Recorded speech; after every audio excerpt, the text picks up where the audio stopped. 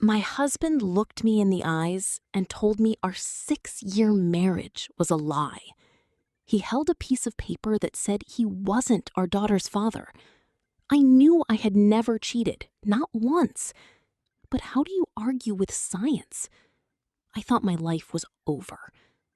My husband and I both have piercing blue eyes. Our 5-year-old daughter, Chloe, has deep, dark brown eyes. I never thought twice about it. I just thought she was a miracle. But my husband, he didn't believe in miracles. He believed in Reddit threads and DNA kits. Mark wasn't just distant. He was a ghost in our own home. The man I'd loved since college started looking at me like I was a criminal. He stopped eating my cooking. He stopped hugging our daughter. He spent every night locked in his office, the blue light of his monitor reflecting off his face like a mask. I found his search history by accident. Can 2 blue-eyed parents have a brown-eyed baby? The internet's answer was a resounding no.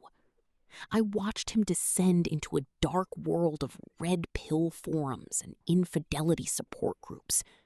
They whispered in his ear, telling him I was a liar, that I was playing him for a fool. Last Tuesday, the silence broke. He threw a manila envelope on the kitchen table. "It's 0%, he said, his voice trembling with a terrifying kind of calm. "The paternity test. I'm not her father. I want you out by morning."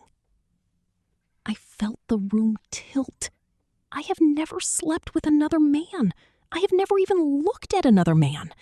I begged him to listen, to retest, to look at the life we built. He just locked the bedroom door, leaving me to sleep on the floor of my daughter's room, listening to her breathe and wondering whose child he thought she was. I realized I wasn't just fighting for my marriage. I was fighting for my sanity. I made a list. Blood tests, chimerism specialists, geneticists.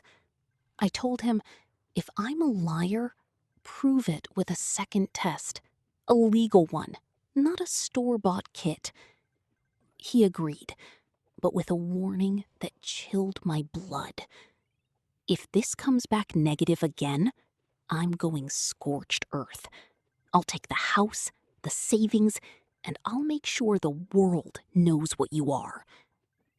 We sat in the doctor's office 3 days later. The air was so thick, I could barely breathe. The doctor walked in, looking pale. He didn't look at Mark. He looked at me.